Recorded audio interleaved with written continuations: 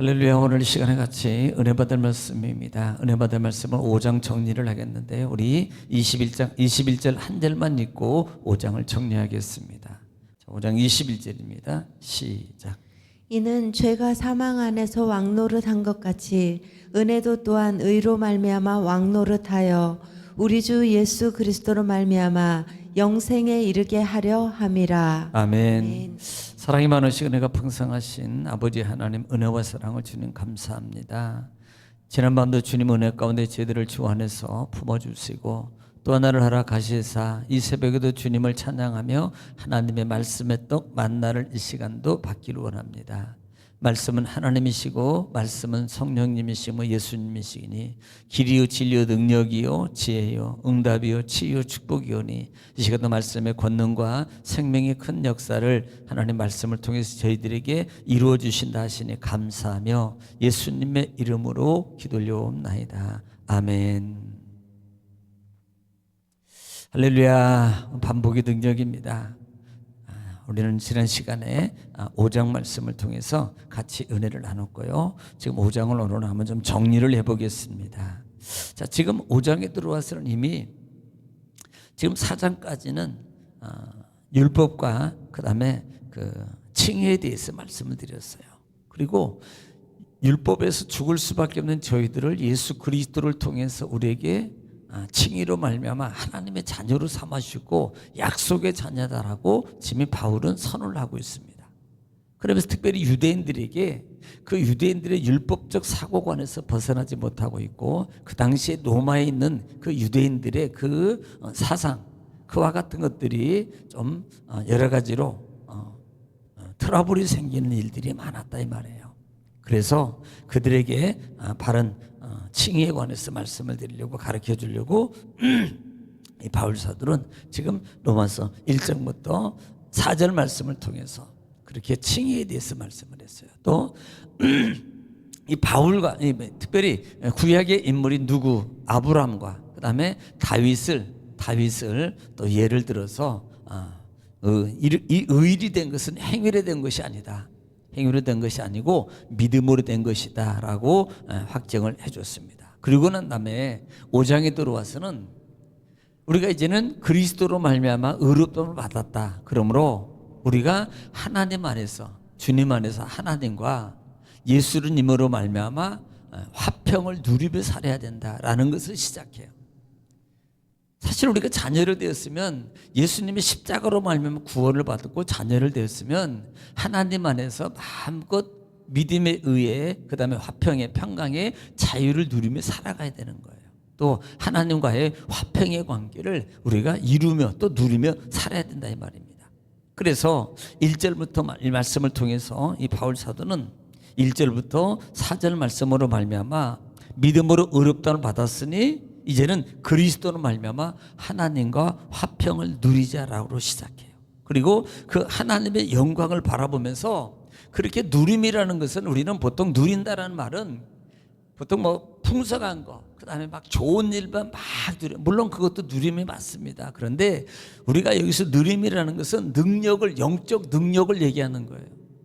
그러니까 있다고 누리는 게 아니고 없어도 누릴 수 있는 거예요. 이것을 뭐라고 하네요. 바울은 환난은 인내를 연단은 소망을 이루는 알미니라 이렇게 말. 그래서 이 말을 즐거워하자라고 표현합니다.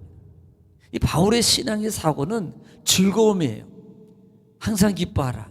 쉬지 말고 기도하라. 범사에 감사하라. 이것이 하나님의 뜻이라는 것을 알았기 때문에 옥중에서도 그가 그렇게 매맞고 나서 하나님께 찬양을 드릴 수 있었던 것도 그가 이 신앙, 이 믿음의 신앙을 가지고 누림의 신앙을 가지고 있었기 때문에 그는 즐거워했었던 거예요.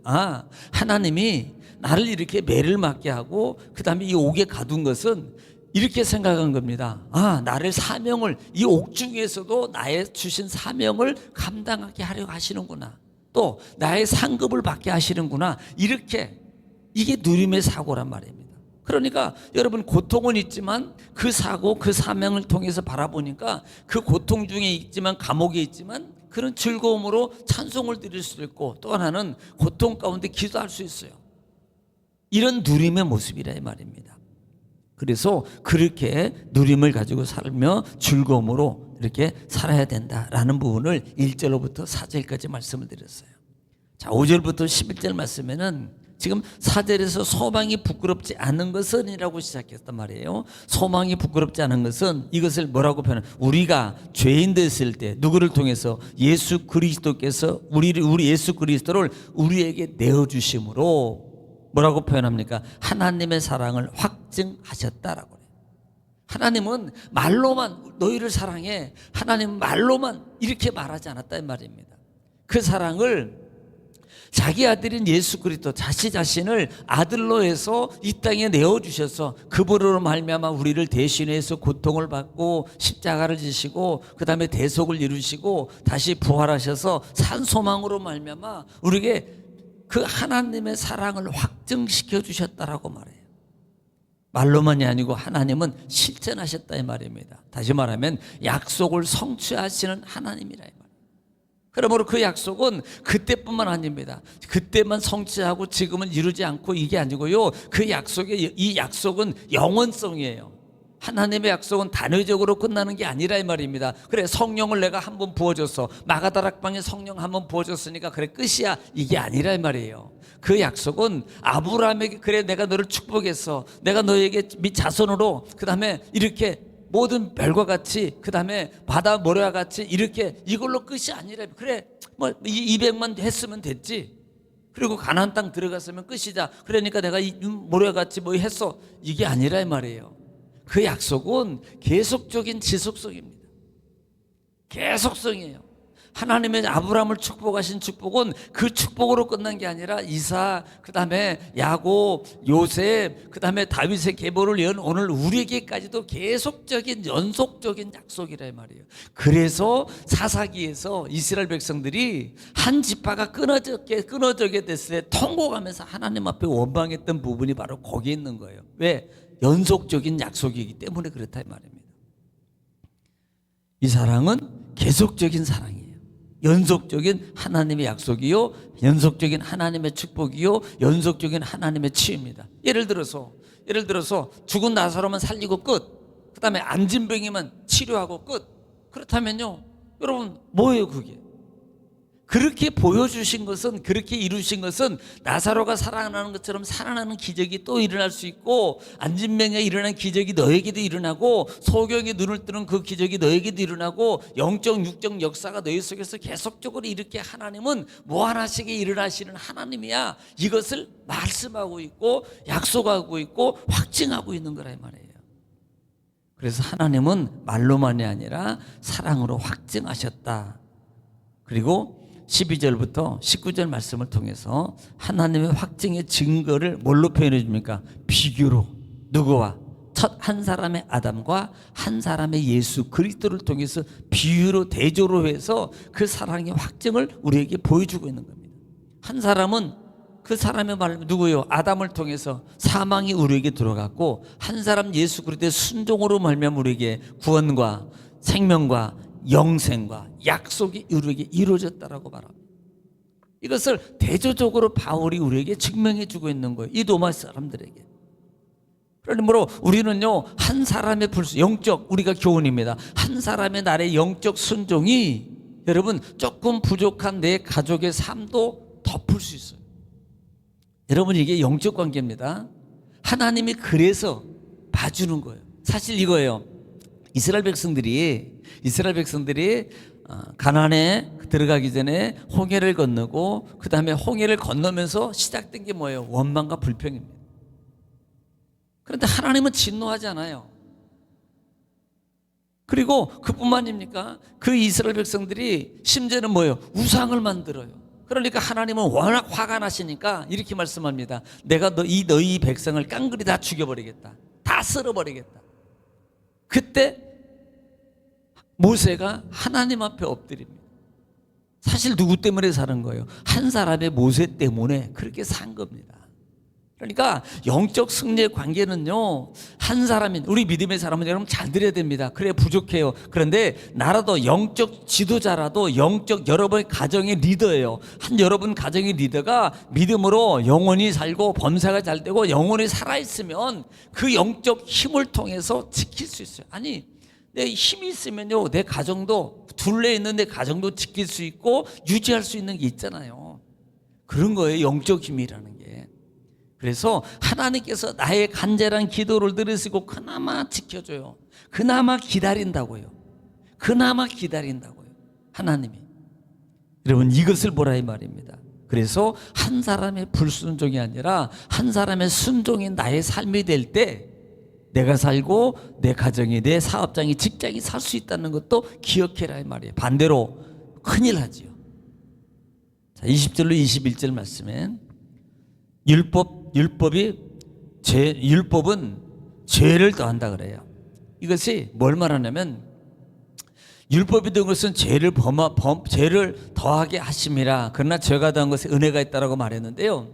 지금 이 말이 율법을 통해서, 율법은 뭐예요? 지적하는 겁니다. 이것은 뭐가 잘못이야, 이것은 뭐가 잘못이야, 이렇게 해야 돼, 이것은 하지 마라, 이것은 해, 이것은 하지 마라. 이게 율법이에요. 그러면요, 여기에 사람은 다 걸립니다. 보통 우리가 지금에도 뭐 그러겠지만 옛날에 유교적 사상을 가지고 있는 그 어른들하고 옛날 뭐 7080, 뭐 6070 이 세대들은요, 하도 부모님들이 너 그렇게 하지 마, 심지어 다리만 떨어도 복 나간다, 그 다음에 밥상에서 뭐 이렇게 하면 막 뭐 복이 순전히 복으로 다 해가지고 복 나간다, 그렇게 하지 마, 그렇게 하지 마. 또 예의 같은 것도 이렇게 지켜야 돼, 인사해야 돼, 어른 앞에 지나가지 마, 함부로 하지 마, 어린 식사하기 전에 먼저 먹지 마, 막 이런 것들이 마르고 닳도록 들어가지고 이게 다 하나같이 이것은 하지 마라, 너는 이것은 해라. 이것이요, 율법이 바로 그렇게 되는 거예요. 이 말은 잘못됐다는 게 아니고요, 이 율법을 통해서 죄로 지적되고 그 다음에 이 죄를 지적하다 보니까 하나라도 이게 살 길이 없어요.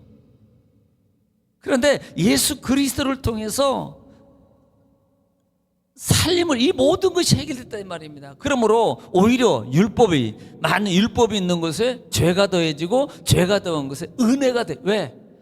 살 수 없는 나를 예수 그리스도로 말미암아 내가 살림 받았어. 그러니 은혜가 더 커지는 거예요. 사소한 것 같으면 그냥 그렇게 됐어. 그런데 정말 막 큰 것 같으면 정말 큰 은혜야. 죽을 사람을 막 살려놓으니까 그때는 막 평생 안 잊어버려.